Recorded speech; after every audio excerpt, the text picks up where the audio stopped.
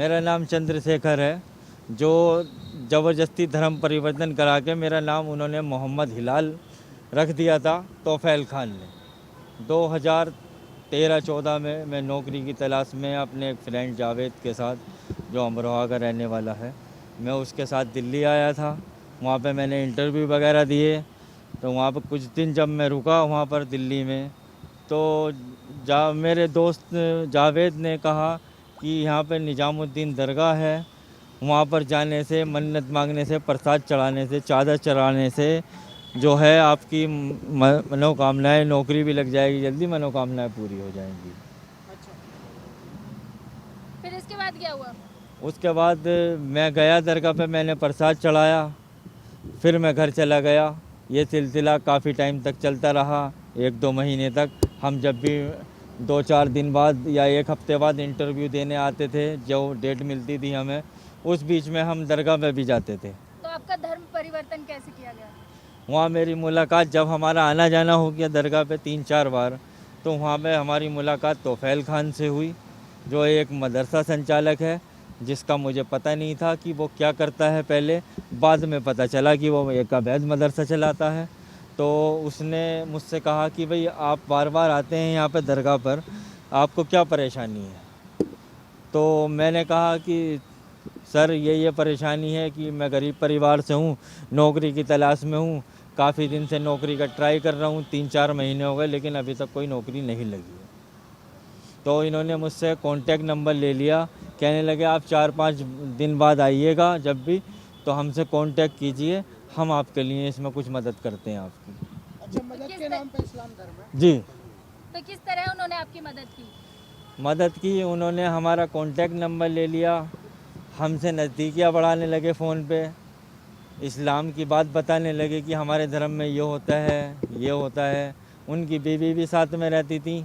1-1.5 महीने तक प्रक्रिया चली। उन्होंने एक दिन मुझसे कहा कि भाई ऐसा है, आपको सरकारी नौकरी दी जाएगी, शादी करवाई जाएगी और आपको मकान भी मिलेगा दिल्ली में। शादी किससे कराने वाले थे? शादी कश्मीरी लड़की से कराने वाले थे।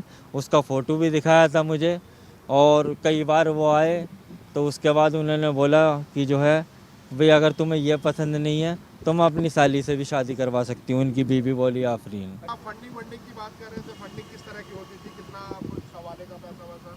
हाँ, तो जो है जब इन्होंने नज़दीकियाँ बढ़ानी चालू कर दी, इस्लाम के बारे में बताया, इनकी बीवी आने लगी, अपने बच्चों वगैरह को भी साथ लेकर आने लगी, तो फिर इन्होंने मेरा दिमाग भटकाया और जो है लालच दे के, मतलब शादी का, नौकरी का झांसा देकर, और इन्होंने मुझसे कहा कि आप कलमा पढ़ लो।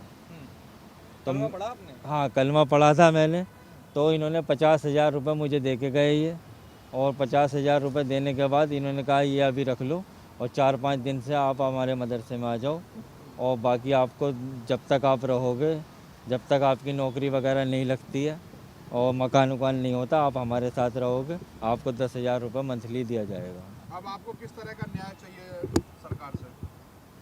सरकार से मुझे मोदी योगी आदित्यनाथ जी से, मुख्यमंत्री जी से आदेश है कि ये आपराधिक है, ये धोखाधड़ी करता है, हिंदू लोगों को मुसलमान बना रहा है, अवैध मदरसे चला रहा है, इसके गिरोह हैं।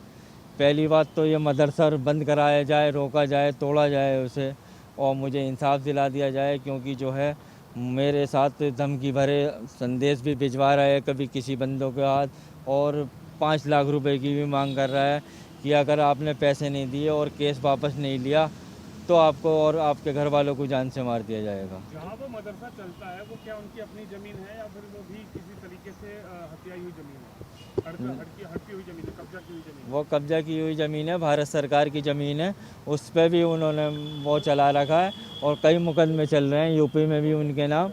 और मुझे बाद में पता चला कि जो इन्होंने वादे किए थे मुझसे सारे झूठे हुए, और इसी दौरान इन्होंने मुझे आधार कार्ड वगैरह सब चेंज करा दिया, और वो है डॉक्यूमेंट से बाहर से पैसे मंगाते हैं ये, आइडेंटिटी दे के, सऊदी अरब, कतर से। क्या क्या क्या कलमा पढ़वाने के बाद और कुछ भी आपसे करवाया गया या आपका किया गया शारीरिक तरीके से? क्योंकि खतना एक होता है कि भाई मुस्लिम बनना है तो खतना करवानी पड़ेगी। हाँ, खतना कराने के बाद मुझे टॉर्चर करते थे। जब इन्होंने 6-7 महीने आपका खतना कैसे हुआ? खतना अमरोहा में ये आए थे मेरे पास कि भाई खाना खा लो, और खाना खा के इन्होंने कुछ नशीला पदार्थ था उसमें, जिसे खाना खा के मुझे पता नहीं चला, मैं बेहोश हो गया। खेल के साथ और कितनी बड़ी टीम है जो ये धर्म परिवर्तन का खेल वहाँ कराती है मदरसे? कम से कम 15-20 लोग हैं जो मतलब अलग अलग जगह रहते हैं। विदेश से भी विदेश कोई से कनेक्शन? विदेश से कनेक्शन है इनका, हर जगह एजेंट लगे हुए हैं, कमीशन पे एजेंट लोग काम करते हैं। बाहर से मोटा पैसा आता है, कभी 20 लाख, कभी 25 लाख, कभी 50 लाख रुपए। अच्छा, एक सवाल ये है, क्या हिंदू लड़कियों को भी ऐसे धर्म परिवर्तन कराया जा रहा है उस मदरसे में? नहीं, उसमें लड़की कोई नहीं है, केवल लड़कों लड़कों का मदरसा ये जो है। आप बता रहे हैं 50 लाख मोटी रकम जो आती है, लगभग आपको पता हो कौन से देशों से आती है? नाम पता है? ये सऊदी अरब और कतर से आती है, और इनका एक साथी है उमर शेख, जो इनका नंबर 2 का ये सारा काम यही संभालता है कि बाहर से पैसा आया, हवाले से पैसा आया, उसकी देखरेख यही करता है।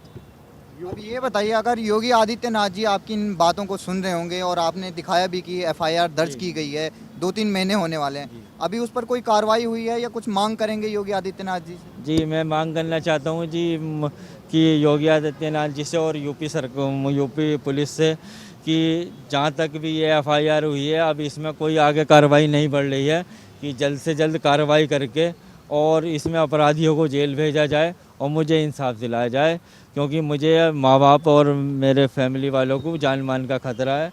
अगर मेरे माँ बाप को अगर मुझे कुछ होता है, और मुझे अब भी डर है कि मैं इंटरव्यू दे रहा हूँ, हो सकता है वो भी सुन रहे हों, और मुझे हो सकता है कि और भी धमकी मिले।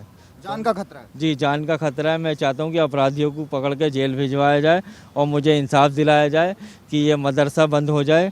तो इस चक्कर में आगे जो हिंदू लोग हैं जो बेकाबे में आ जाते हैं, इनका गिरोह बंद होगा जब भी कुछ होगा, नहीं तो हिंदू धर्म को ये मुसलमान बनाते आप रहेंगे। इनका इतने साल तक चुप क्यों रहे? आप बोले क्यों नहीं इतने साल तक? आपने कहा 2017 में मैं चला गया, 2023 चल रहा है, इतने साल तक जी। चुप्पी क्यों था? इन्होंने मुझे क्यों आया आप सामने? मुझे जान से मारने की धमकी दी थी, मेरे घर वालों को दी थी, लेकिन कुछ टाइम पहले मैंने देखा यूट्यूब वगैरह पे कि ये आपराधिक है।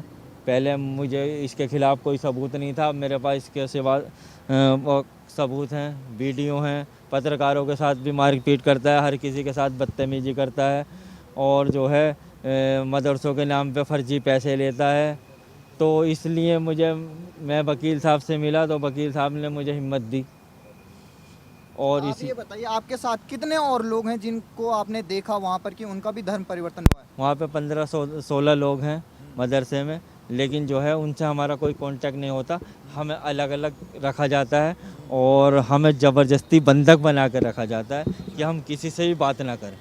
अगर हम किसी से बात करेंगे, उनकी बात ना मानेंगे, तो हमें वो टॉर्चर करेंगे। यूपी में आपकी एफआईआर दर्ज हुई है। यूपी में योगी आदित्यनाथ लगातार मदरसों पर जो अवैध मदरसे चला रहे हैं, उन पर कार्रवाई कर रहे हैं, ये देखा गया है। जी, यूपी में योगी सरकार से आप क्या गुहार लगाना चाहते हैं? मैं माननीय योगी जी से, मुख्यमंत्री जी से ये गुहार लगाना चाहता हूँ कि जो मेरे केस में चल रहा है, उसे थोड़ा सा जल्दी से वो कंप्लीट किया जाए, क्योंकि मेरी 10 साल की ज़िंदगी ख़राब हो गई है।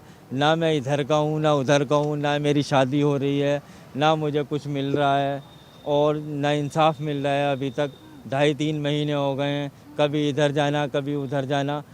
इस चक्कर में मैं बहुत परेशान हूँ। मैं ये चाहता हूँ योगी सरकार से और प्रशासन से कि इसमें जल्दी से जल्द कार्रवाई करके अपराधियों को सज़ा दिलाया जाए, जिससे आगे वो किसी भी हिंदू भाइयों का जो मेरे साथ घटना हुई है, वो किसी के साथ ना हो।